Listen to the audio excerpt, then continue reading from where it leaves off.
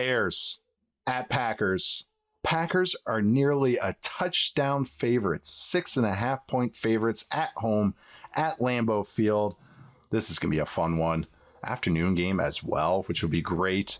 The over-under is 44.5. This feels right. We're going to start with the road team has the ball, the Chicago Bears, and this is our Hoss Fight of the Week.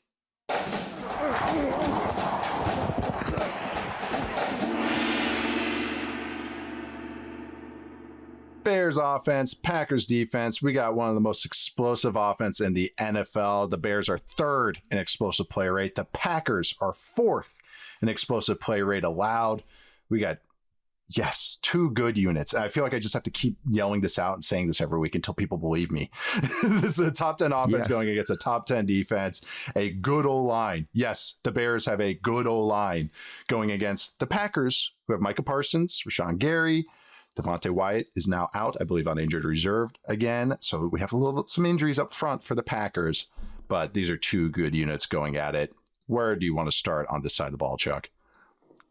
So I guess I'm going to continue where we left off on the Jaguars discussion with some like the quick passing game for the Bears, because I kind of understand like why people are looking at, if you've like watched the Bears play on national TV recently, I kind of understand like if you're a little iffy on Caleb Williams' accuracy, just because like they still have plays where it's just like, how did the ball like not get near anyone? And I think a lot of times they're still just kind of figuring out like landmarks and timing, and maybe some receivers don't care as much as they used to when they played in Charlotte, and they're trying to figure that part out too.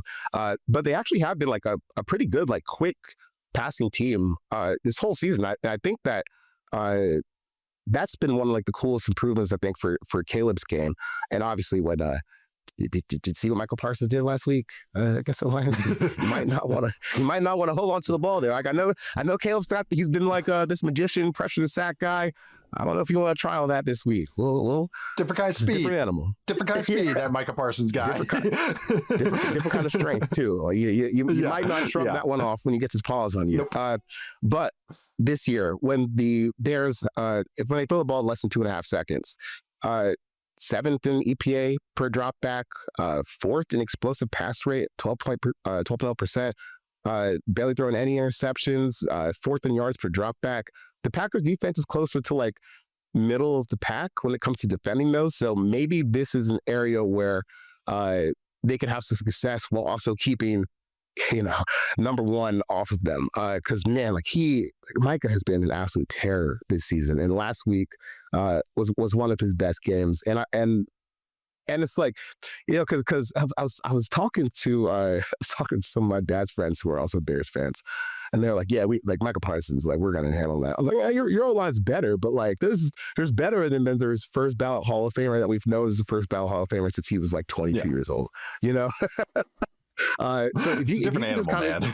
Different animal. But yeah, if you can just kind of keep him upright and get the ball out of hands quick, then I think that there's a lot of success for the Bears here, because like Ben Johnson, like he's just been in his bag recently. I think he's finally got like his grips on the strengths and the weaknesses of this personnel, and really just like his offense as a whole. Like we talked about last week on the recap show, with some of the run game wrinkles that he's throwing in just to keep everyone honest on the back end are really cool. So like they're still kind of coming together on that part, but they should, like, I trust them to have at least a plan that makes sense to go after this Packers defense and keep Caleb Williams alive. But I think that quick passing game and obviously the run game, we saw them run for almost 300 yards against the Eagles on Thanksgiving.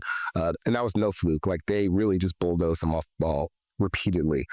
So that run game plus quick passing plus some play action, like they have a lot they can throw at you, but you need to get rid of the ball quick because Micah Parsons is on a mission right now.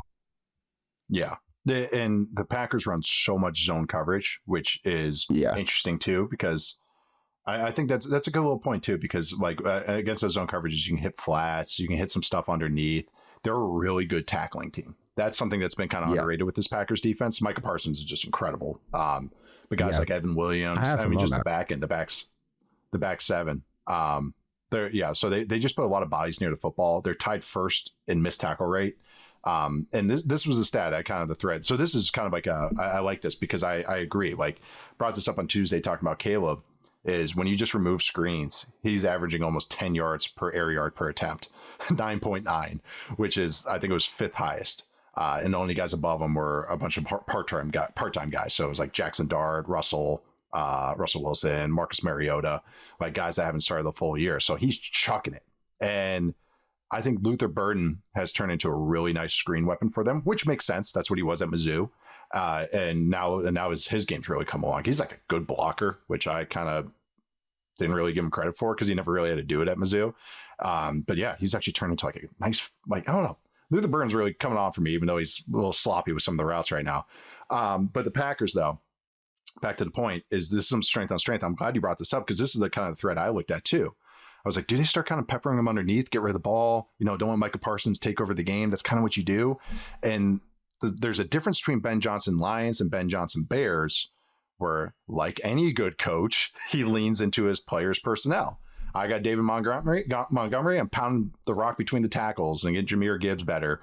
And I'm doing all these plays with him. I got DeAndre Swift, who actually has been a little bit better. I will give him credit for it. But let's get it to the outside. Let's get stuff to the outside and let him use his vision there, or lack of vision there. But I do think that their screen game has gone from, with the Lions, it was one of the heaviest screen usages to more middle of the pack. And attacking underneath has kind of dropped off as well. You see Goff just throwing all these screens and stuff. But the Packers, first in missed tackle rate. They're third in the NFL in group tackle opportunities, which is a next-gen stat, which is just exactly what it sounds like. How many group tackles, multiple guys at the ball on the first tackle opportunity. They are third in that. But the thing that's cool about it is their average first opportunity depth. So this is the first time the defender is at the football, is 3.6 yards. Might be a little bit of a Micah Parsons stat. Don't get me wrong here. Might be a little bit of Micah Parsons stat here. It's 3.6, which is third as well. And so when I combine that group opportunity stat, the teams above them, because I said they're third, have 4.8 and 4.4. The Packers are at 3.6, nearly a full yard shorter, closer to the line of scrimmage than those other teams. So not only are they getting a lot of hands on the ball, bodies on the ball, they're doing it at shallow distances. So it's a lot of throw and close, throw close. You just get a bunch of guys swarming. That's what good zone. This is what the Bills defense did for years. Under McDermott, it's kind of tapered off a little bit. But when they're going against all the zone, Caleb's been pretty good against the zone. It's kind of the same stats against man against zone. High explosive pass rate, middling success rate because they just go for those chunks. So I'm right there with you. Do they attack underneath? Do they say, hey, we're going to try and wad it up and double team Micah, have Chip help and get all this stuff? And they might do that too. Just kind of, I think it's going to be a run heavy game script for the Bears with a lot of under center play action and then a lot of quick hitters, like you said. I think it's going to look more Lions like, and I mean that in a good way, than maybe what they've been doing the last month or 2 months in this season too. So I'm right there with you that it's an interesting matchup. It really is. Like the Bears offense is rolling. It's not all perfect, but going against this Packers defense, I think is still better than people are giving them credit for. Yeah, the timing of this matchup is interesting because that Devontae White injury is pretty big for the Packers. I think. Like I thought he had started to play some good football, and even like on the play he got hurt, man.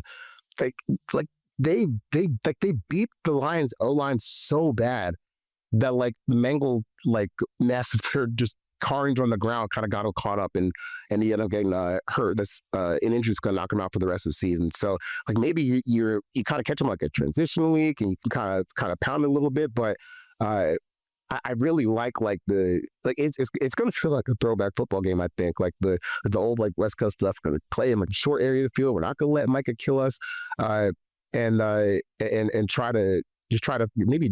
I don't know if they can dunk your way down the field is the right way to phrase it, but I guess be a little bit more careful with the ball because we know that the Packers, like they can get their hands on the ball really well as we've seen like over the past couple of years. And I think one of the most like interesting part of this game is it's like one of the best Yak offenses versus like the best Yak defense in the league. So like this season, on the short throws, like where we're just filtering out all throws under 2.5 seconds. The Packers are first in yards after catch per completion, 4.2 yards. Bears are third at 6.6. Bears offense is third at 6.6 yards. So that's going to be like a cool little, I guess players make the game moment, because someone's going to have to make someone miss. Someone's going to have to make guys, get guys down the open field. And those are kind of like some of like the coolest matchups. And you're like, okay, coach, you set it up, players go finish it. And we're going to get a lot of that as, the NFC North could be kind of decided this weekend. Yeah. I mean, the Lions tonight, we're recording this Thursday morning, but the Lions tonight, going against the Cowboys, that's a loser leaves town match, more or less. So, I mean, full on. I know. I'm right where you're saying that yak stat, the tackling stats. That's why I think is so cool about this side of the ball. It's like, I think both teams know what the other team wants to do. All right, who executes? Like, who makes him one tackle miss? Who does Caleb have a hero throw? Does he beat the blitz? Does the offensive line play well? The Devontae Wyatt thing, I looked up the on-off field stats for him, because he's, he's not like a total plugger. He's not like just this big nose tackle that eats up. But when he's on the field, rushing success rate wise, they allow 32%, 31.8%. And when he's off the field, they allow 40% rushing success rate. So they go from good, very good, I'd even say, to average-ish. 40% is kind of the mark you want to get to as an offense, and as a defense, you want to lower it than 40%. But the thing is that's interesting, and I didn't really study why this is. Explosive run rate when Devontae Wyatt is on the field is 10%. When he's off the field, it's 2.8%. That's interesting, right? Like, so they're a lot more stout, but they allow more busts when Wyatt's on the field. And I got to look more into it. Why, might be personnel, might be just the down and distances that was on. But I just thought that was interesting. They get more pressures with Wyatt on the field. They get more stuffs with them off the field. So, yeah, just an interesting thing, because now it's on Carl Brooks, who I really like, but he's more of a gap shooter. And then Colby Wooden, who I actually think has had some nice moments this year, but they have to pick up the slack because the Bears are going to test it. That's the strength of their offense right now, is pounding it through the middle or pounding it with those three interior guys and Darnell Wright. And Ozzie Trapilo has been pretty solid. But he's got to hold on to his hat if he has to go against Micah Parsons. That's a rookie day 2 pick at left tackle. That's not the easiest ask, but that's the NFL. The other little thing I just want to add before we go to the other side of the ball, the other thing that Ben Johnson's been doing with the Bears that he did with the Lions, they run the ball a lot on third and medium and long. On 3rd and 3+ this year, they have the 4th highest design run rate, and it's perfect because who's in 5th? The Lions. They have almost the exact same percentage, 16.9%, and they have a 52% success rate on those runs. So that's another little thing on 3rd down. Okay, Micah Parsons moving around. Is he going over the nose, or they'll just wad it up and pound the rock on them? So that's another little thing. Look for those like 3rd and 5, 3rd and 6, 3rd and 7s, just to make Micah think, make Micah slow down, make Micah have to actually play the run and get caught up. So really look for that on 3rd down too in this game. I think it'll be pretty fun. All right, Packers have the ball. Bears defense. What you think about this side of the ball, Chuck? Oh man, I feel like this could just be a massive Jordan Love game. I mean, most of these games have been massive Jordan Love games this season. And you can do that. Yeah, it's just like that game last week against the Lions, like that was just perfect. I mean, like eye test, advanced numbers, like he was like out of this world good. And it's one of the best QB performances of this entire year by anybody. Yes. Yeah. It was unbelievable. It's funny because people are rolling in on Thanksgiving Day and they're asking me, you know how it goes. They just get peppered with football opinions about what's going on. So I'm getting asked by one of my brother's friends, like, rank your top 10 quarterbacks. I said Jordan Love at 5 or 6 or something like that. I don't remember. He was like, what? I was like, I get it because you probably just watch him against the Panthers launch one halfway across the field straight to a DB who just drops it. That would have been like a 105-yard pick six. I get it, but he doesn't do it all that often. Not all that often, to the point where it's just you've seen it in the worst moments. But overall, he's still one of the most ridiculously efficient quarterbacks down and down. And they're getting so many chunks that even last week, we have a game where the completion percentage wasn't high. He's still a 98 QBR for the 98 out of 100 QBR last week. The throw to Isaac was ridiculous. The touchdown throw to Wicks was absurd. It's he's really on his game. And I just don't know, when the Bears get into the very scary late downs for them, I don't know how they're supposed to get a stop, really.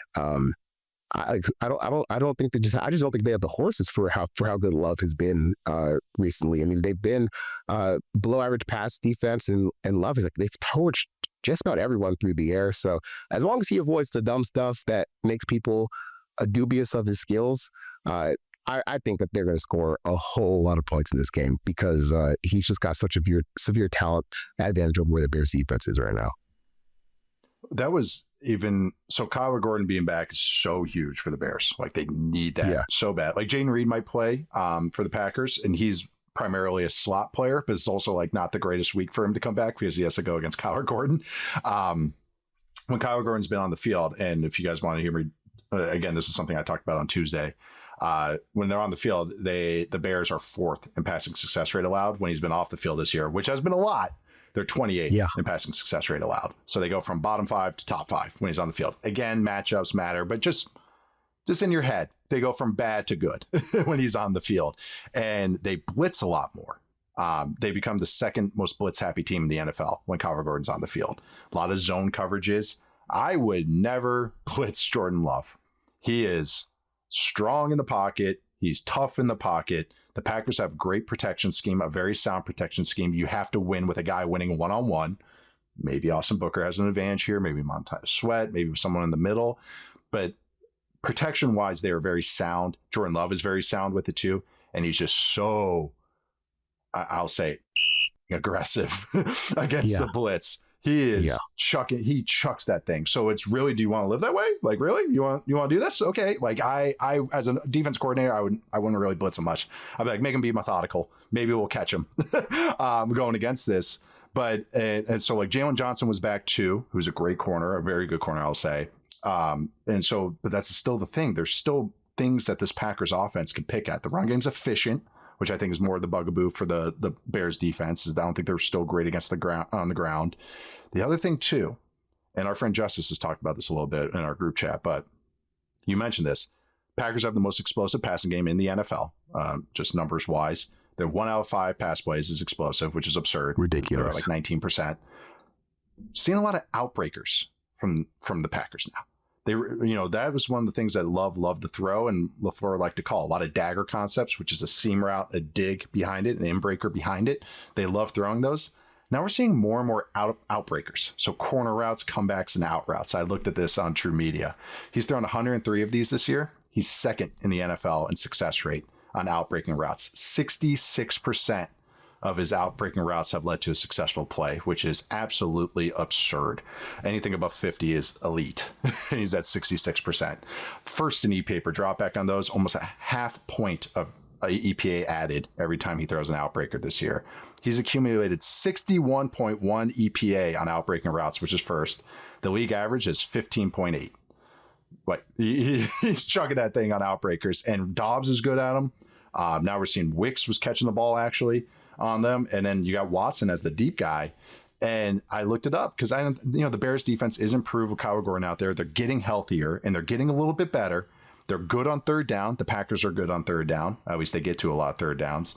But the Bears defense against outbreaking routes, 31st in success rate allowed, 63.7%, 8 yards per attempt, 26th in explosive passes allowed, 16.3%.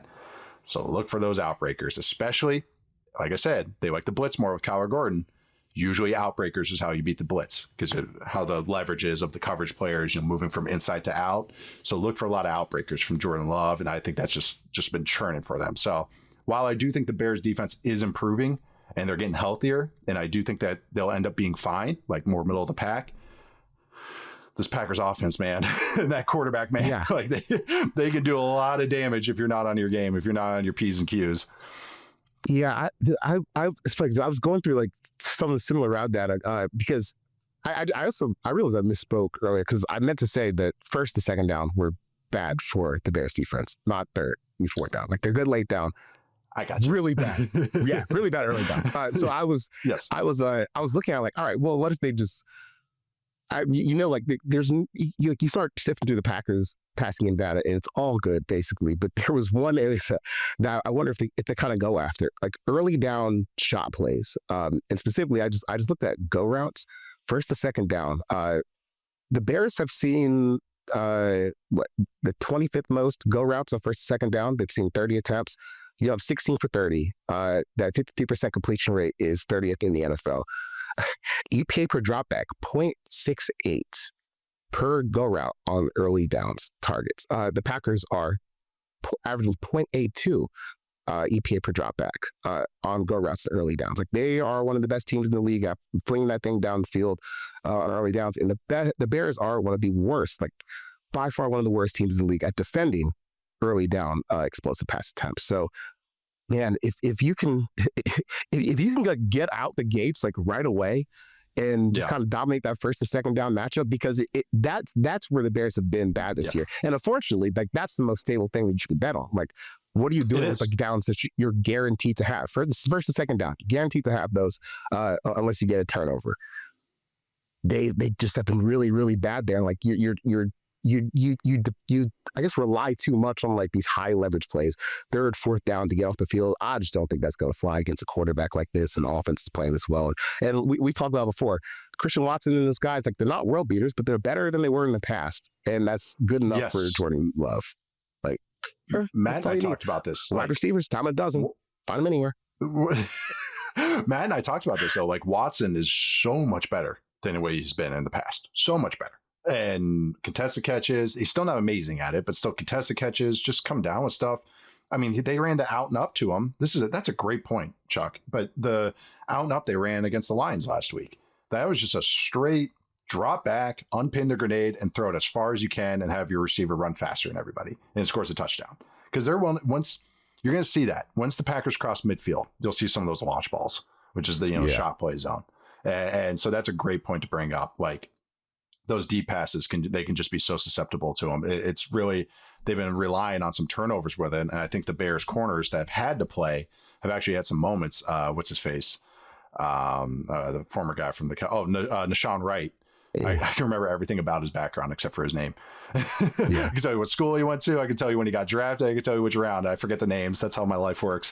But no, I that's a great point. I think it's just that the Bears just, it's a tough ask going against this offense that's so explosive, and it's just going to keep coming at you, keep coming at you. So be interested, see how they hold up. Well, I think what we're getting at is a lot of outside throws for the Packers.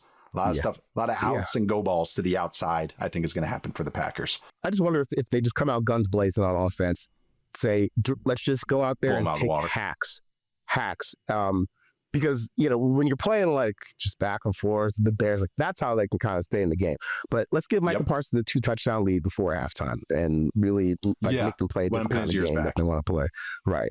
Because I think that's maybe when you get a little discombobulated for them. If you haven't watched any Bears game this year and you watch only Friday, you kind of know what the strength of their offense is. The passing game is explosive, but the success rate wise, it's up and down. They're middle of the pack. I think some of that is going to get better. But at this point in time, week 14, year one of Ben Johnson with Caleb Williams, that just kind of has some inconsistencies because it's so aggressive. But if it's so aggressive and you stop the run, and then now you, like you say, you get to a 2-score game script, let Micah Parsons pin his ears back, changes things, and it changes everything. So very reliant on that. But anyways, Packers, almost a touchdown favorite, 6.5 points. Who are you going with in this predictions, Chuck? Rolling with the Pack. Just think they got too much from on offense. I think it's not that I'm low on the Bears. I understand how good the season has been. I think the Packers are just more of a complete team at this point in time. I think I am also going with the Packers. I think the Bears cover, though. I think this is close. But I do think the Pack. Blown out. Okay, perfect. We have something different here so far. I said this online, but I think the Packers are one of the true contenders in the NFL. They can run the ball. They can hit explosive passes. They don't take sacks. And on defense, they have a positive defense in terms of EPA and just eye test. They can stop the run enough. It's not the true strength, but enough to not be a true bugaboo against them. I consider the Packers like one of the top 3 teams. Like, I think it's Rams, Seahawks, Packers in some way, shape, or form. There's others, of course, but I not that I think the Bears are bad. I think the Bears are perfectly fine. I do not think they're the worst 9-3 team ever. I actually think the offense is very good, just not there yet with the defense yet. So going with the Packers.